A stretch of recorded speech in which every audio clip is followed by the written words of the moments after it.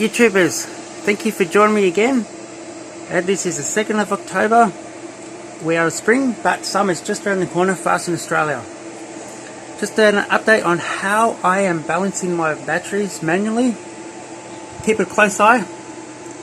I notice bank 2 on set 1 is about 0.04 volts higher than the next highest one. At the moment it's measuring 4.17 volts.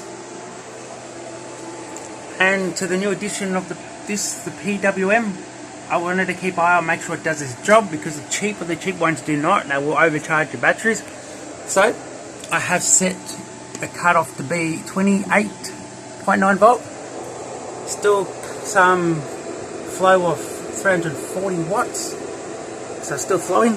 According to the PIP, it is 28.9 volts, so it should start coming back soon. To confirm if it is going to cut back, let's go in there and change the parameters. So bringing that down, argument's sake, 28.3. See the watts, they are dropping, and once again if I go back up, they'll start climbing again. So that shows you that it will cut out when it is fully charged. But in saying that, to get that pack down, all I got to work with is the iMax. It's doing a 1.4 amp discharge. Takes a bit of time, but better than that, not doing any discharge at all to pull that down. In the meantime, I keep my eye on this.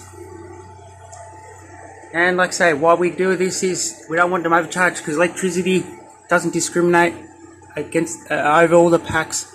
It dumps it in equally. So if this one reaches 4.2, but the system is not yet reached over the point fully charged, and your controller hasn't been knocked back to compensate, it'll keep dumping and overcharge. So anyway, questions out there: top end or bottom end balancing, which one? Well, I believe top end balancing is the priority, especially this time of year coming into summer. Your banks will be more so topped up, and you don't want them overcharging. But it doesn't stop there.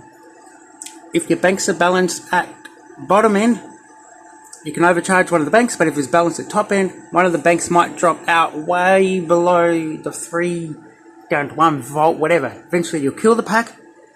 Now, in saying that, don't know why, but Peter had a problem with his bank 7. It was no longer any good, and it was just 6S setup. So you put 29.4 volt in a 6S setup, it's going to basically overcharge each bank well above the 4.2.